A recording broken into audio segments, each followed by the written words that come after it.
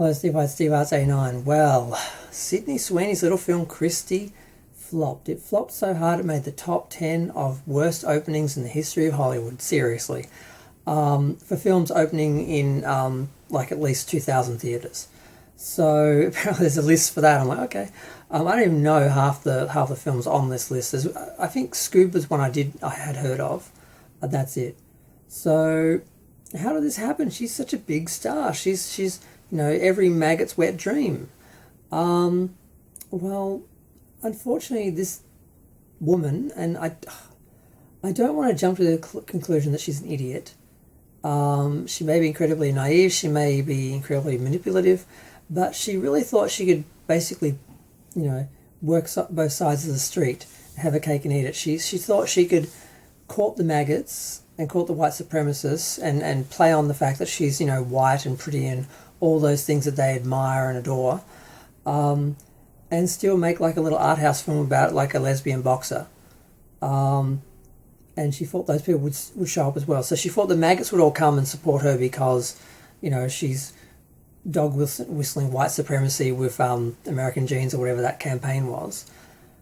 And she also thought she'd get the art house, the people that love cinema, the people who, usually artists are intelligent people who understand that the power of diversity and minorities and either art or support them. She thought those people were going to come and see her film as well. I'm like, no, you just told them that you hate them and want them basically to be, marched into a chamber and gassed, basically, which is what the white supremacists and neo-Nazis ultimately want to do with all the minorities. Like, if they could, they would just repeat history and, but this time, they'd succeed and win. That's basically what the neo-Nazis and the white supremacists are all about. And the maggots are just the official political sort of wing of that. So, oh my God, there's a bug in my room. She seemed to think that she could do both. She seemed to think that she could participate in what was clearly a campaign, that was, trying to speak to the white supremacists and the people who believe in eugenics and that wouldn't alienate the rest of the audience and the other half of the country. Well, it did, you dumb bitch. So that's why your film flopped, and you deserve it.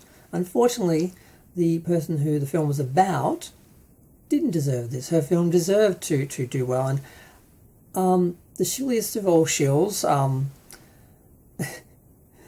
Campier and Rob, I forgot his last name, Rob, basically, Rob Mabnett, they were shilling as they do, and I part of me likes them because they're always positive and they always find the good side of things, but it's not because they really believe and really love cinema, it's because, they're shills.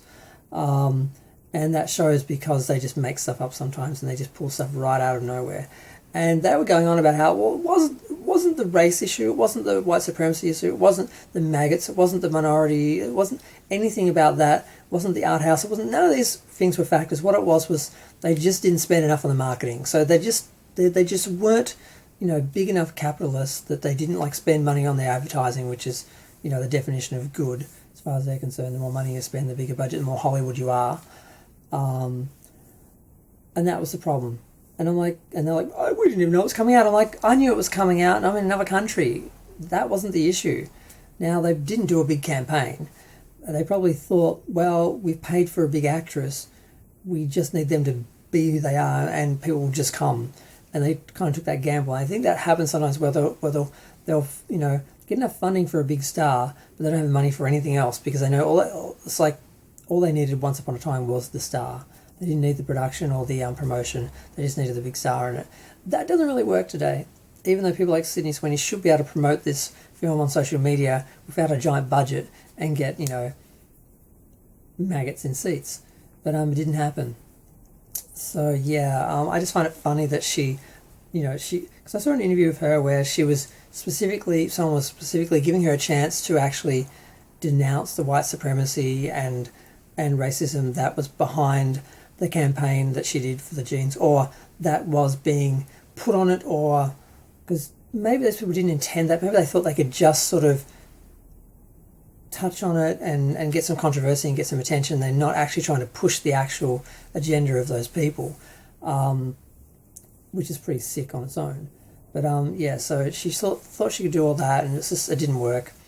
And she had a chance to address it. Someone was asking her all about it, and she's just like, when I want to talk about that, you'll hear me talk about that. And I'm like, you really need to say, it was a joke, it wasn't serious, or I didn't realize that's what they were saying.